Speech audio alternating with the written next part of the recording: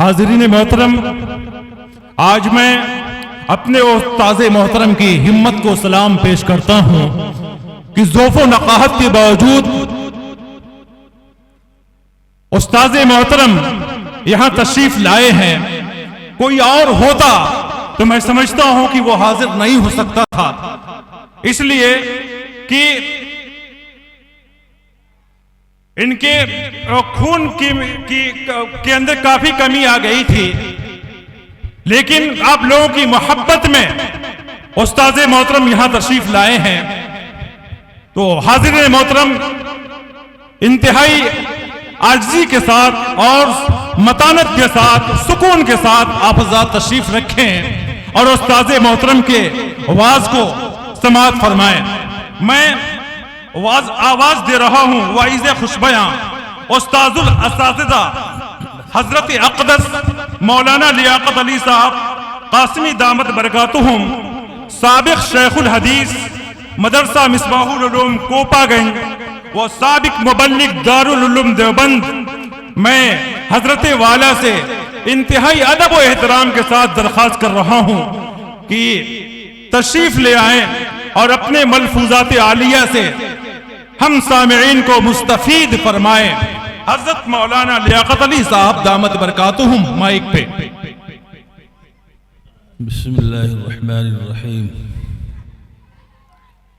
الحمد للہ نحمده ونستعینه ونستغفره ونؤمن به ونتوکل علیہ،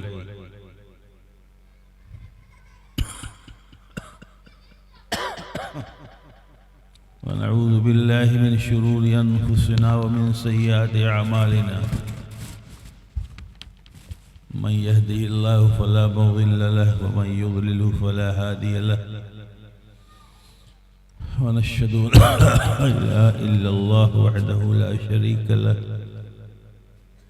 ونشهد أن سيدنا وشفينا وسندنا ومولانا محمدا عبده ورسوله،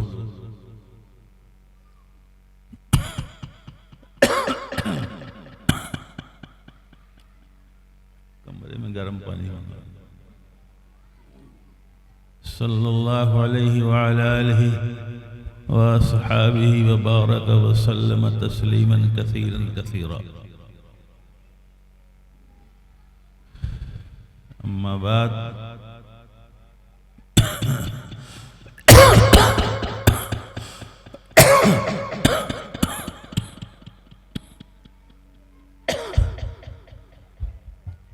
فأعوذ بالله من الشيطان الرجيم، بسم الله الرحمن الرحيم،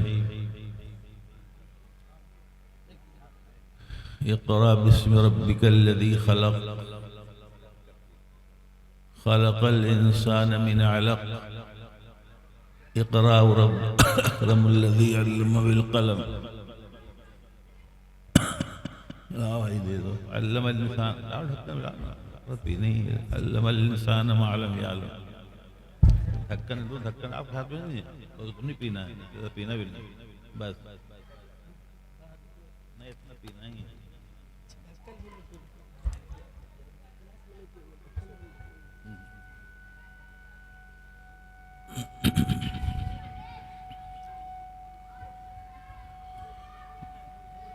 حضرت صدر محترم معزز علماء کرام، باہر سے تشریف فرما مہمانان اعظام، قصبہ بحیری اور بلیا کے میرے اپنے بھائی اور خواتین،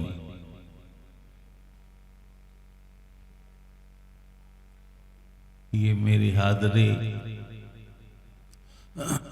آپ کی اس مدرسے میں پہلی بار نہیں ہوئی ہے۔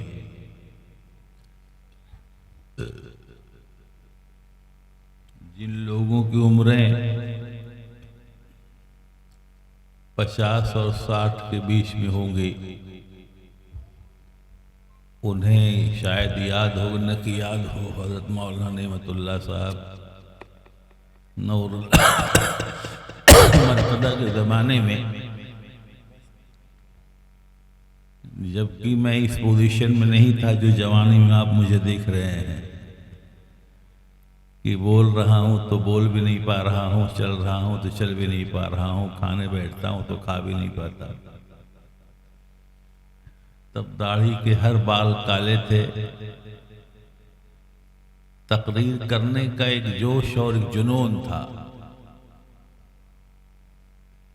پتہ نہیں چلتا تھا کہ کب رات ہو رہی ہے، کب صبح ہو رہی ہے، کب سفر ہو رہا ہے، کب چل رہے ہیں اور کب تقریر کر رہے ہیں۔ دارالعلوم دیوبند کے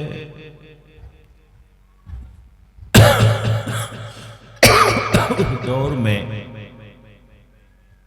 جبکہ 1.5 سال میں نے وہاں گزارے تھے، وہ دور تو کچھ عجیب ہی دور ہوتا ہے دارالعلوم کا۔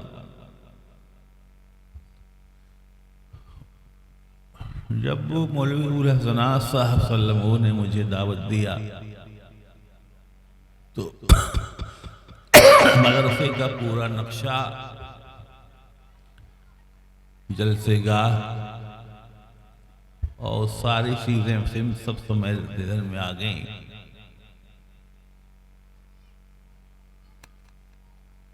دل میں ان کی دعوت کے بعد سے ایک حوصلہ ابھرا تھا کہ برسوں کے بعد جلسے میں چل رہا ہوں، اس لیے کہ میں 13 سال سے گردے کا مریض، کڈنی کا مریض ہوں، اور 19 فروری 2024 سے ہفتے میں 2 ڈائلیسس ہوتی ہے۔ کل بھی ڈائلیسس ہوئی ہے، اور بد نصیبی یہ ہے کہ نہ معلوم ادھر 2-3 ہفتے میں کیا ہوا کہ خون کی پیداوار یا ہو نہیں رہی ہے یا ہوتی ہے جو کسی راستے سے نکل جاتی ہے۔ کل جب ٹیسٹ ہوا ہے تو صرف 4 پوائنٹ خون میرے پاس ہے۔ اب 4 اور 2 کے اوپر آپ بتائیے کہ آدمی ہلنے کے لائق میں نہیں رہے گا۔ اللہ تعالیٰ کو کچھ اچھا منظور تھا۔ ایک انجیکشن کے لیے میں نے اپنے بچے کو مئو بھیجا تو میڈیکل والے نے خود میرے بارے میں پوچھنا شروع کیا تو اس نے مجھ سے بات کیا۔ اس نے کہا کہ آپ اپنی زندگی کو خطرے میں ڈال رہے ہیں، 1 ہفتہ تو بہت ہے، 1 دن آپ کے لیے بہت ہے، آپ کو یہ انجیکشن آج ہی استعمال ہونا چاہیے اور ابھی استعمال ہونا چاہیے۔ رات کے 9:30 بجے ڈاکٹر آیا اور انہوں نے پہلا انجیکشن چڑھایا، اور رات کیسی گزری ڈائلیسس کے بعد تو جو پریشانیاں ہوتی ہیں وہ ڈائلیسس والا ہی جانتا ہے۔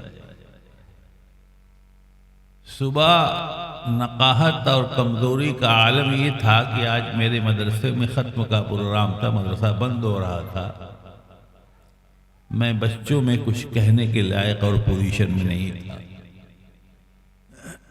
اس وقت مجھے بہت مایوسی ہوئی کہ زمانے کے بعد تو یہ موقع ملا رات کو تقریر کرنے کا، اور لگ رہا ہے کہ یہاں بھی پہنچنا مشکل ہوگا۔ پھر جب جو آج دوپہر میں دوسرا انجیکشن چڑھا تو میں نے مولوی ابو الحسنات صاحب کو ویڈیو کال کر کے دکھلایا کہ یہ صورتحال میری ہے، اگر میں کسی وجہ سے نہ سکوں تو یہ نہ سمجھا جائے کہ میں نے کوئی حیلہ کیا ہے، بلکہ یہ سمجھا جائے کہ میری اپنی مجبوری ہے۔ یعنی کل کے بعد کہنا یہ چاہتا ہوں کہ میں آنے کی پوزیشن میں نہیں تھا اور مجھ کو آنا بھی نہیں چاہیے تھا، بوجھ ہوں، سیڑھی پہ چڑھوں تو کندھے پہ سہارا دے کر کے، کھانا کھاؤں تو دال روٹی کھاؤں، پانی پیوں تو 1 ڈھکن پانی پیوں، چلوں تو دوسروں کو سہارا لوں، آنا بھی نہیں چاہیے تھا، لیکن آپ کی محبت لے آئی۔ ایک بات آپ یاد رکھیے گا کہ مجھ سے یہ امید آپ مت کیجئے گا کہ میں بہت لمبی چوڑی تقریر کر پاؤں گا، یہ البتہ کہتا ہوں کہ جہاں تک میری طاقت میرا ساتھ دے گی انشاءاللہ میں کچھ کہنے کی کوشش کروں گا۔ لیکن سب سے بڑا مسئلہ یہ ہے کہ اب کہنے کے لیے بچا ہی کیا ہے۔ 7:45 سے پروگرام شروع ہے۔ مفتی فاروق صاحب نے اصلاح معاشرہ پر اور نوجوانوں کے حالات پر اور موبائل پر اور دوسری ان خرابیوں پر جو سیدھی سیدھی انسان کو جہنم میں لے جانے والی ہے بہت بسیط تقریر کیا۔ صدر اجلاس نے حفاظ اور قرآن کی عظمت کے اوپر سب بیان کر دیا۔ نبی کریم صلی اللہ علیہ وسلم کی محبت کا اظہار منظوم طریقے پہ عادل صاحب نے اور ہم جیسے گئے گزروں کی تعریف قاری صاحب نے کر دیا۔ بچا کیا ہے میرے کہنے کے لیے؟ لیکن بہرحال کچھ کہنا تو ہے۔ ایک بات یاد رکھیے گا، دھیان سے سنیے گا اور بات کے نقطے کو سمجھنے کی کوشش کیجیے گا کہ دنیا میں 1000 گناہیں اور برائیاں ہیں۔ خود جناب محمد الرسول اللہ صلی اللہ علیہ وسلم کی رسالت کے پہلے مکہ مکرمہ کے حالات کتنے گھناؤنے تھے۔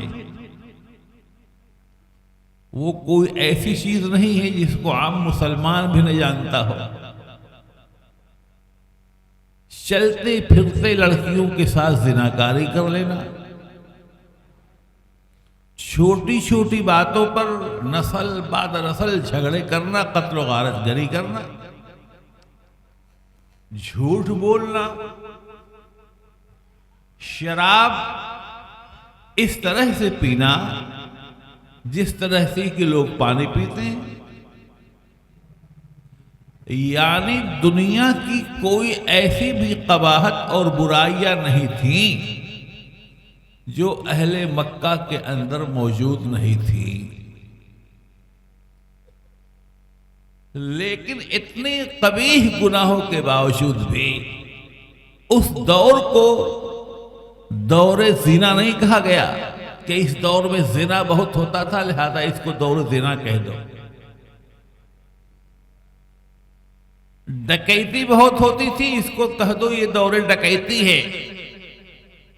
شراب نوشی بہت ہوتی تھی، کہہ دو شراب نوشی ہے۔ معصوم بچیوں کو مائیں جو کلیجے سے لے کے پیار سے پالتی ہیں وہ اپنے ہاتھوں سے ان کو زندہ درگور کر دیا کرتی تھی اور زمین میں گاڑ دیتی تھی۔ لیکن یہ بھی نہیں کہا گیا کہ وہ دور لڑکیوں کو زندہ درگور کرنے کا دور ہے۔ اس دور کو نام دیا گیا دور جاہلیت، زمانہ جاہلیت۔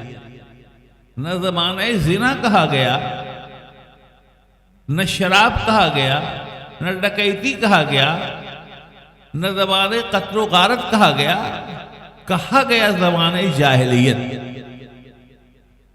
اس کا مطلب یہ سمجھ میں آیا کہ جہالت ہی اصل میں سب سے بڑا گناہ ہے اور سب سے بری چیز جو ساری معصیت اور گناہوں کی جڑ ہے وہ جہالت ہے۔ اگر انسان کے اندر علم صحیح آ جائے تو وہ زنا کاری بھی نہیں کرے گا، وہ ڈکیتی بھی نہیں کرے گا، وہ چوری بھی نہیں کرے گا، وہ بچیوں کو زندہ دفن بھی نہیں کرے گا، وہ قتل و غارت بھی گری بھی نہیں کرے گا، وہ جھوٹ بھی نہیں بولے گا، وہ عیاشی بھی نہیں کرے، کچھ نہیں کرے گا اگر علم آ جائے۔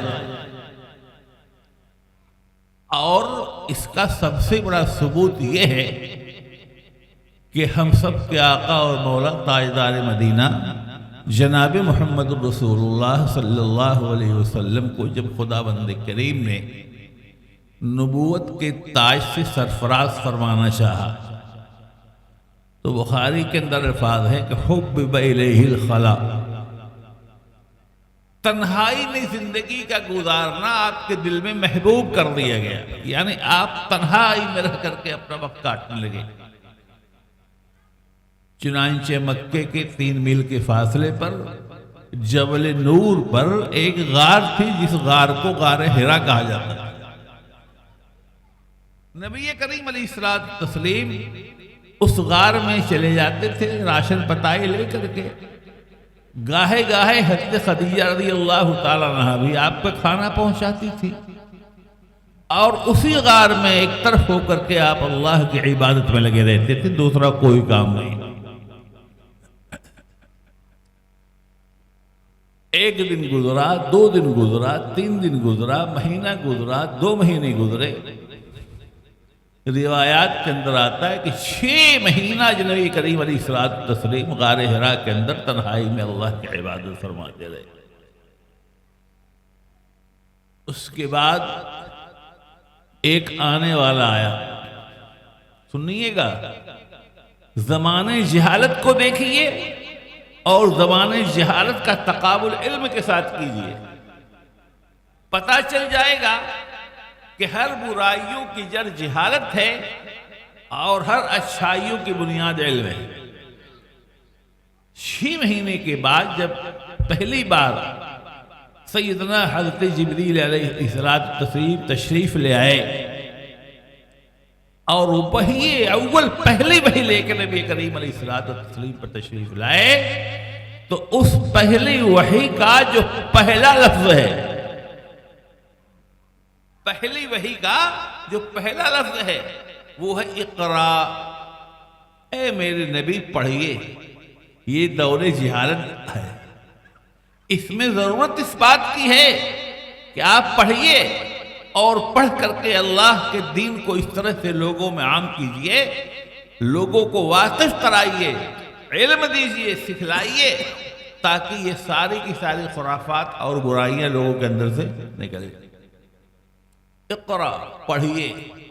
اللہ نے اپنے نام کو بھی بعد میں ذکر کیا، کہا اقرا بسم ربک، پڑھیے اپنے رب کے نام سے، یہ نہیں کہا کہ اپنے رب کے نام سے پڑھیے، اقرا کو مقدم کیا۔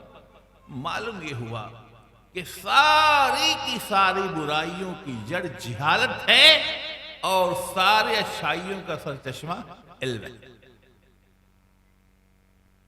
لیکن علوم تو دنیا میں بہت ہیں، جن علوم کے ذریعے اچھائیاں، نیکیاں، خوشگوار ماحول، امن و آشتی، صلح صفائی، پیار و محبت، اللہ کی معرفت، محمد رسول اللہ صلی اللہ علیہ وسلم کی محبت پیدا ہو، وہ علم جو ہے وہ ساری خوبیوں کا سرچشمہ ہے۔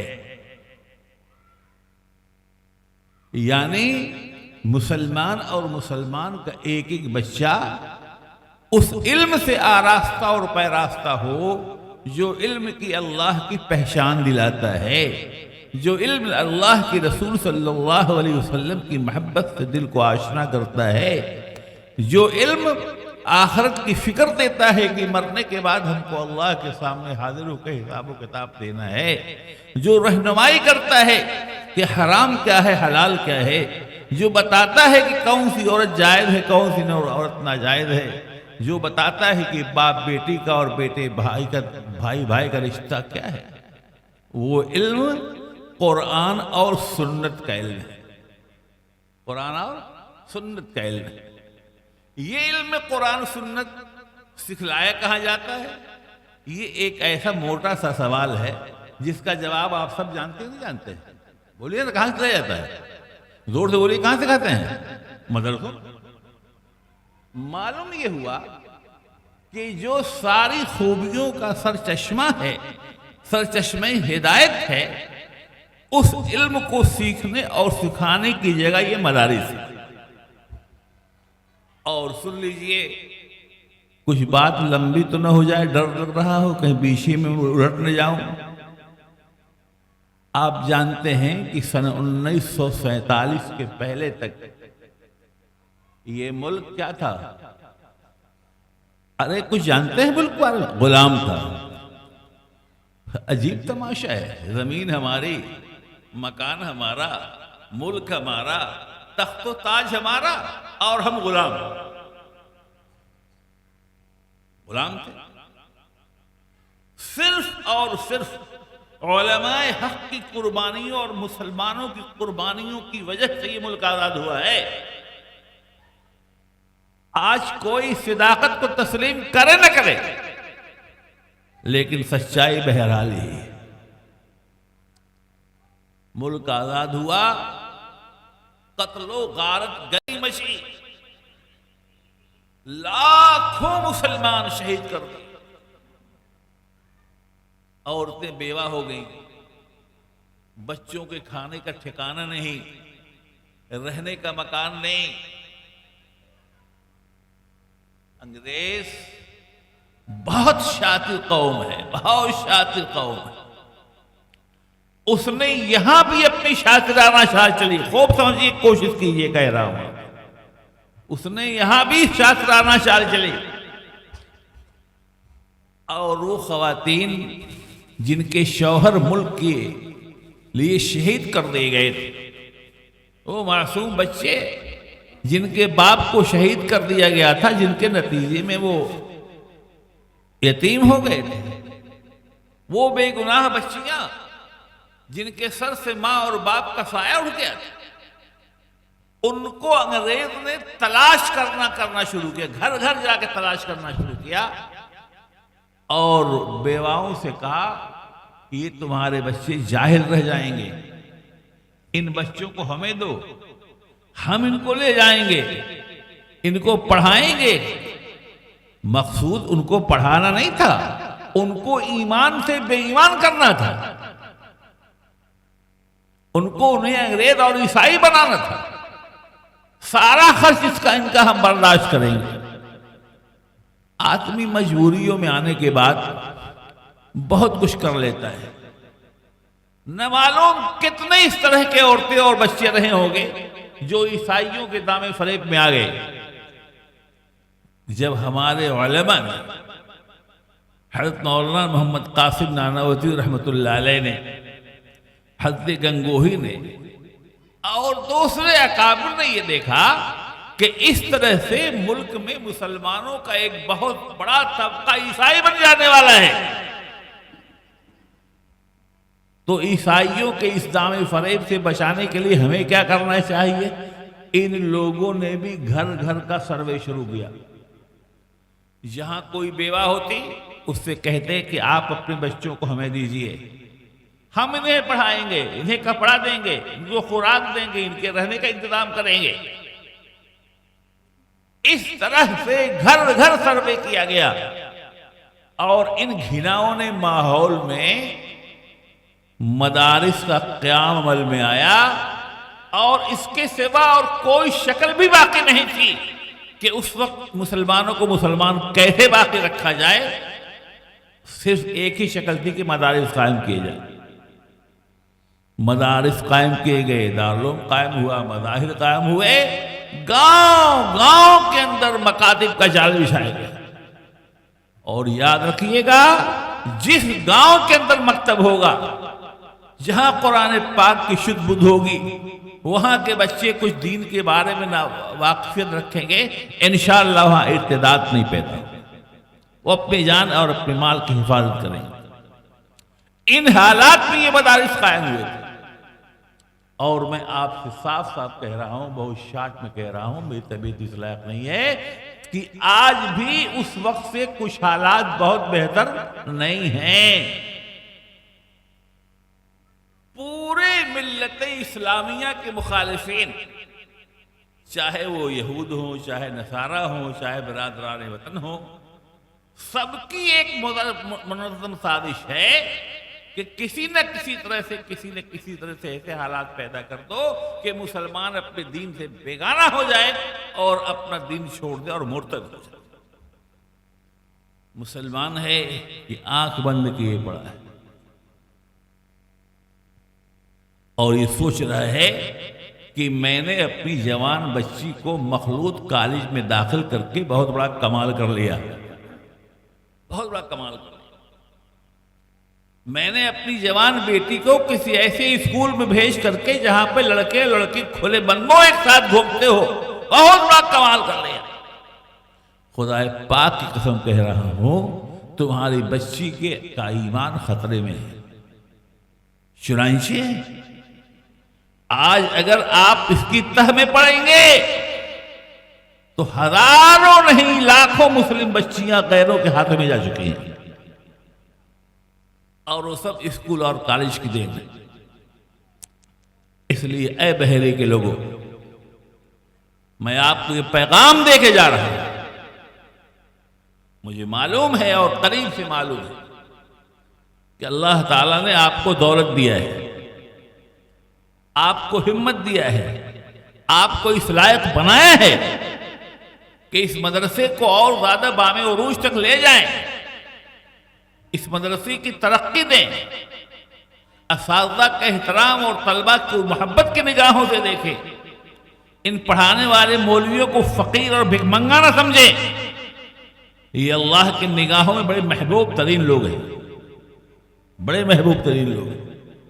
ہمارے حضرت تھانوی نور اللہ مرقدہ تو لکھتے ہیں کہ مولویوں کو تو چندہ کرنا ہی نہیں چاہیے، مدرسہ چلے مت چلے بند ہو جائے، بند ہو جائے گا، اللہ تعالیٰ ہم سے نہیں پوچھیں گے، عوام سے پوچھیں گے کہ دولت تمہارے پاس تھی تو یہ مدرسہ کو مگر دی۔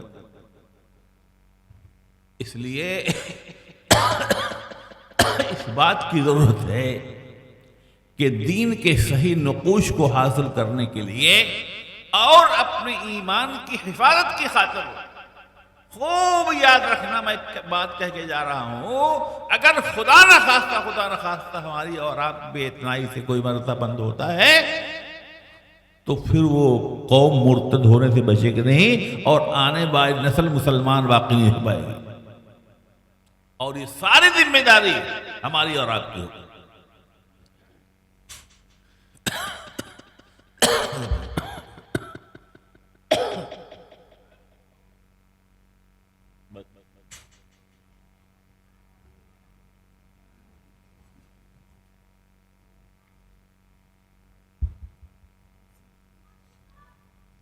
اس لیے آپ دو کام کرنا، آپ کو اپنے معصوم اور چھوٹے بچیوں اور بچوں کو اس مدرسے سے ہر حال میں جوڑنا ہے،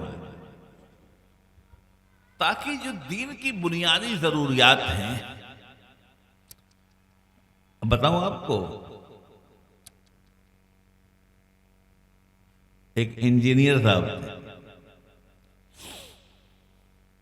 باپ کا انتقال ہوا، بہت رو رہے تھے، لوگوں نے سمجھانا اور بجھانا چاہا تو انہوں نے فرمایا تم اس لیے نہیں رو رہا ہو میرے باپ کا انتقال ہو گیا، اس لیے رو رہے ہو؟ فرمایا کہ میں اس لیے رو رہا ہوں کہ میرے باپ نے مجھے انجینئر تو بنایا لیکن مجھ کو اپنے اوپر جنازے کی نماز پڑھنے کی دعا نہیں سکھلائی، میں اس لیے رو رہا ہوں۔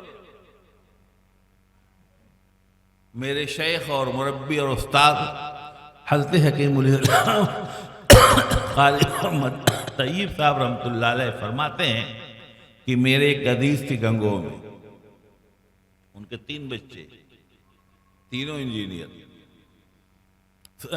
سب ایم اے اور کوئی کام کا نہیں۔ بڑا لڑکا جو تھا وہ زیادہ کچھ بولنے کا عادی تھا، اسے کہا ابا بہت بیوقوف آدمی ہے، ابا آپ بہت بیوقوف آدمی ہے، اسے علم کی دین ہے۔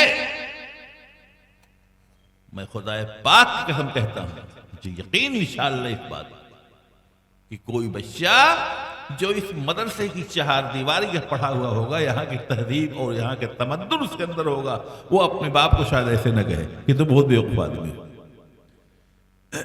تو انہوں نے کہا کہ ہاں بیٹا بالکل صحیح ہے، میں بیوقوف آدمی ہوں، مجھ کو اعتراف ہے، میں نے تم تینوں کی تعلیم پر 40 لاکھ روپے خرچ کیے، یہ بیوقوفی کیا میں؟ اگر وہ 40 لاکھ روپے میرے پاس ہوتے، میں زمین جائیداد خرید کر چھاڑ کے ساتھ زندگی گزارتا، خامخواہ میں نے پیسہ خرچ کیا، میں بہت بیوقوف مانتا ہوں۔ تو پہلا کام تو یہ کیجئے کہ اپنے بچوں کو بچیوں کو ہر حال میں ان مکاتب میں بھیجیے اور ان کے پڑھنے کا خرچ اسی خوشی کے ساتھ برداشت کیجیے جس طرح سے آپ ان بچوں کو برداشت کرتے ہیں جن کو کانوینٹ اسکولوں بھیجتے ہیں۔ یہاں صبح پہنچنے کے بعد لب پہ آتی ہے دعا بن کے تمنا میری، زندگی شمع کی صورت تو خدایا میری نہیں پڑھائی جاتی، وہاں پہ ہاتھ جڑا کر کے بندے ماتم پڑھائے جاتے، تو کہیں عیسائیت کے گیت گا دی جائے، شرکیہ اور کفریہ الفاظ سے ان کی زبان کو آشنا کیا جاتا ہے۔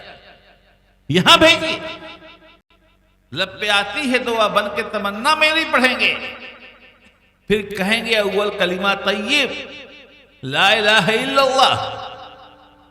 ابھی آپ نے سنا نا بچوں کا پروگرام، کوئی درود شریف سنا رہا ہے، کوئی تحیات سنا رہا ہے، تو کوئی آپ کو نماز پڑھنے کا طریقہ بتا رہا ہے۔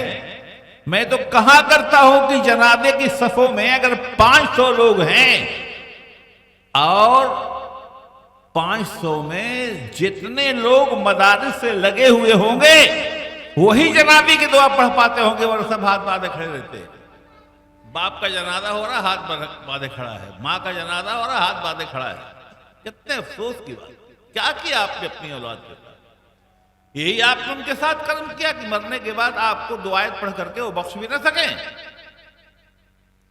تو پہلا کام تو یہ کیجئے کہ ان کو اس سے وابستہ کرا کے ضرورت کی جتنی دین کی تعلیم ہے اس کے بعد پڑھائیے۔ ہم نہیں کہتے کہ سب مولوی ہو جائیں گے، سب قاری ہو جائیں گے، اس کے بعد پھر آپ کو جو پڑھا۔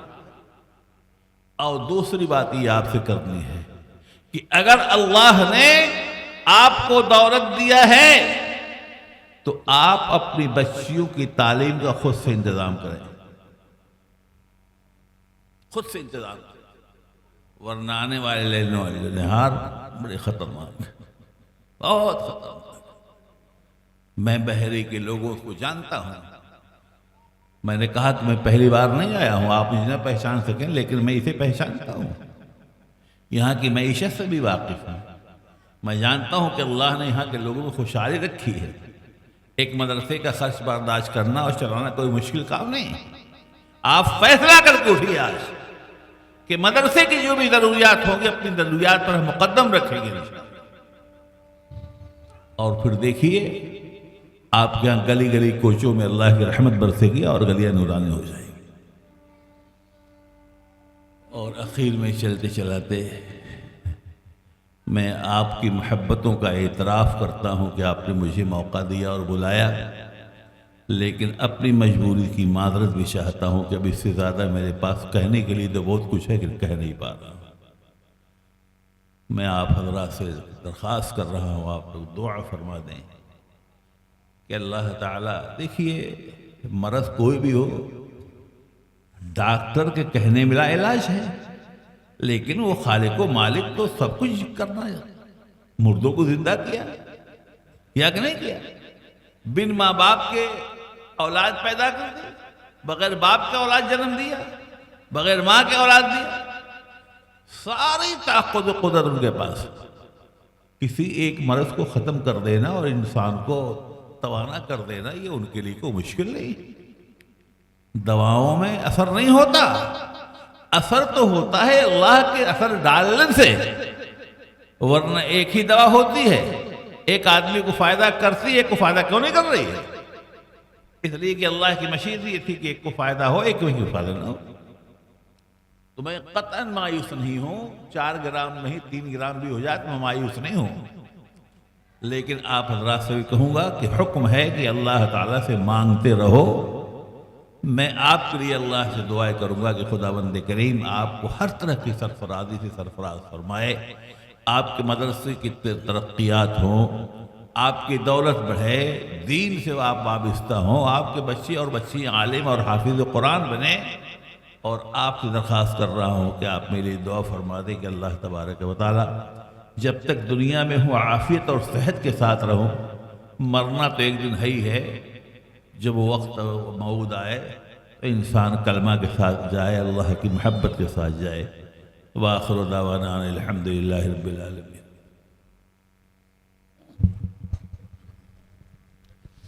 بسم الله الرحمن الرحيم. أعوذ بالله من الشيطان الرجيم. بسم الله الرحمن الرحيم. الحمد لله رب العالمين الرحمن الرحيم مالك يوم الدين وإلهكم إله واحد لا إله إلا هو الرحمن الرحيم. بسم الله الرحمن الرحيم. ألف لام ميم الله لا إله إلا هو الحي القيوم وعانت الوجوه للحي القيوم. اللهم صل على سيدنا وشفينا وسندنا وحبيبنا ومولانا محمد مبارك وسلم. اللهم أنت السلام وأنت السلام وإليك يرجع السلام. حينا ربنا بالسلام وادخلنا دار السلام. تباركت وتعالى يا ذا الجلال والإكرام. رب اجعل لي مقيم الصلاة ومن ذريتي ربنا وتقبل دعاء. ربنا اغفر لي ولوالدي وللمؤمنين يوم يقوم الحساب.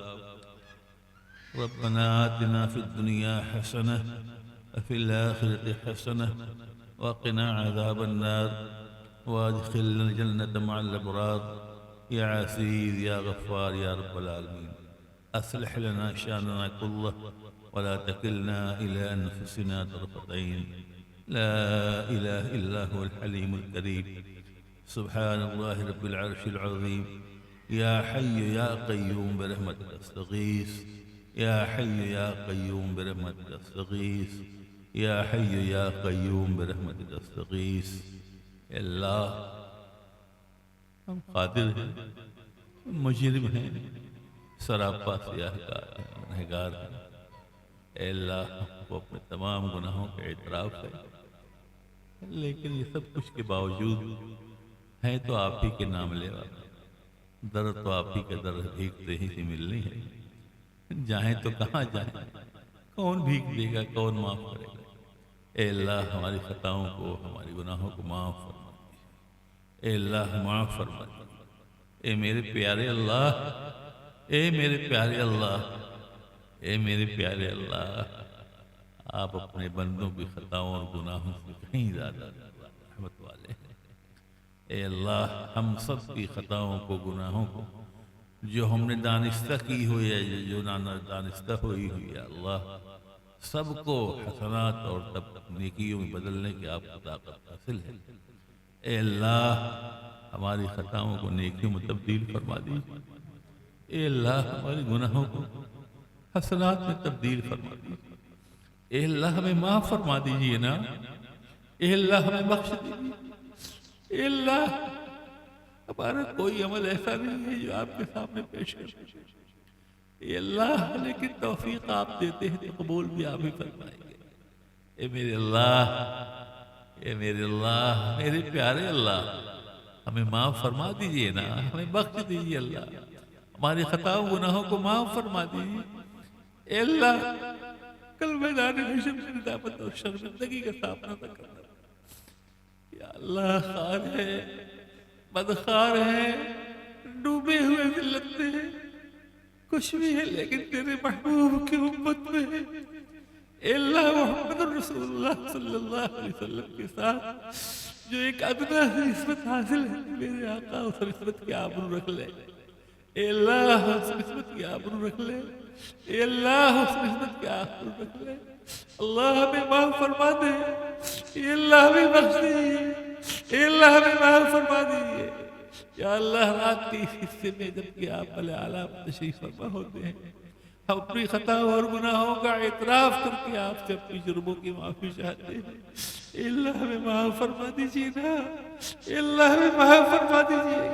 کیا چھوڑا ہے ہم نے؟ اللہ کچھ نہیں چھوڑا. پروردگار عالم اپنی زبان سے اپنے گناہوں کو کہتے ہوئے شرم آتی ہے. اے اللہ اور ہماری سارے گناہوں کو ہم سے زیادہ ہو جاتے ہیں.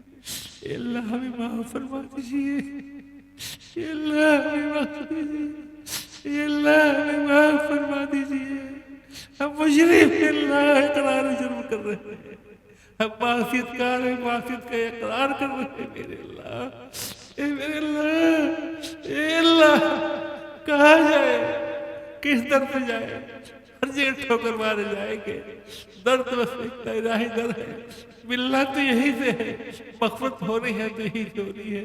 اے اللہ، اے اللہ میرے پیارے اللہ، میرے پیارے اللہ آپ ہم سے راضی ہو جائیے، اے اللہ آپ ہم سے راضی ہو جائیے، اپنے حبیب جناب نبی کریم صلی اللہ علیہ وسلم کو راضی فرما دیجئے، ہمارے دلوں میں اپنے اپنے اور اپنے حبیب کی محبت پیدا فرما دیجئے، اے اللہ محبت پیدا فرما دیجئے، اے اللہ ہم جب تک دنیا میں رہے، اے اللہ ایمان کے ساتھ رہے، اے اللہ وقت موعود آ جائے ایمان کے ساتھ ہی اٹھائیے گا میرے اللہ، وہی اصل کامیابی ہے میرے آقا، ایمان کے ساتھ اٹھائیے گا، اے اللہ ایمان کے ساتھ اٹھائیے گا، اے اللہ ایمان کے ساتھ اٹھائیے گا، اے اللہ قبر کی تنگی اور قبر کے عذاب سے بچائیے گا، اے اللہ حشر کی ندامت اور ذلت سے بچائیے گا، اے اللہ محمد رسول اللہ صلی اللہ علیہ وسلم کے سامنے کلمہ دار حشر میں رسوار ذلیل نہ ہونا پڑے،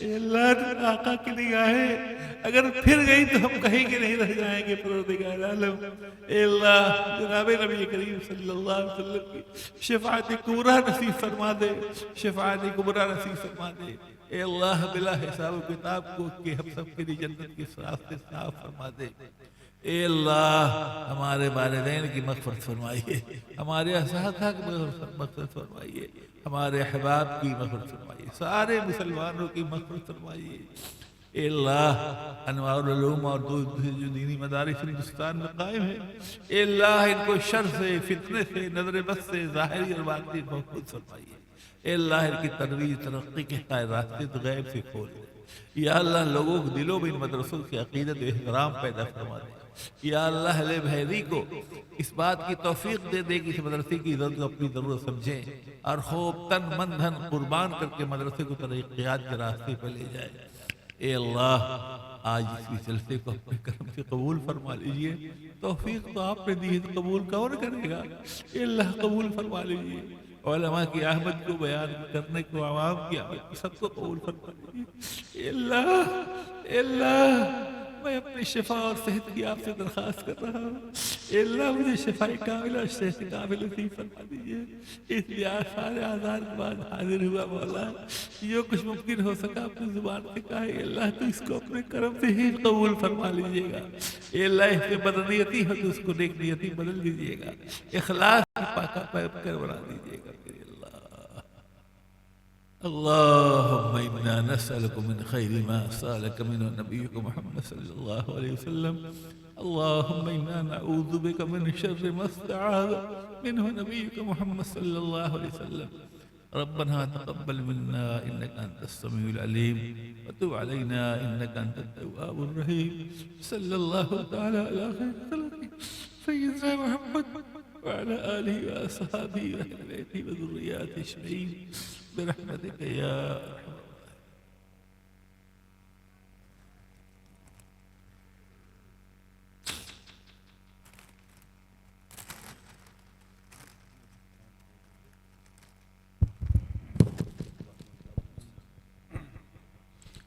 محترم حاضرین، پروگرام اختتام کو پہنچا، آپ نے اپنا قیمتی وقت دیا اور ہمارا ساتھ دیا، جلسے کو کامیاب بنایا، جن لوگوں نے اس پروگرام کو سجایا ہے اور مالی تعاون بھی کیا ہے، اللہ تعالیٰ تمام لوگوں کو اجر جزیل عطا فرمائے۔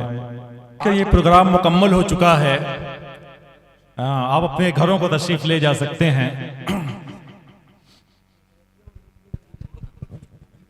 عزت بچوں کا انعام تقسیم نہیں ہو پایا، انشاءاللہ کل سے بچوں کی پڑھائی رہے گی اور اسی میں جس کا پروگرام باقی ہے پروگرام بھی کرایا جائے گا اور انعام بھی تقسیم کیا جائے گا، جس کے بیچ کا جو ٹائم ہے وہ اسی بیچ میں آئیں گے بچے۔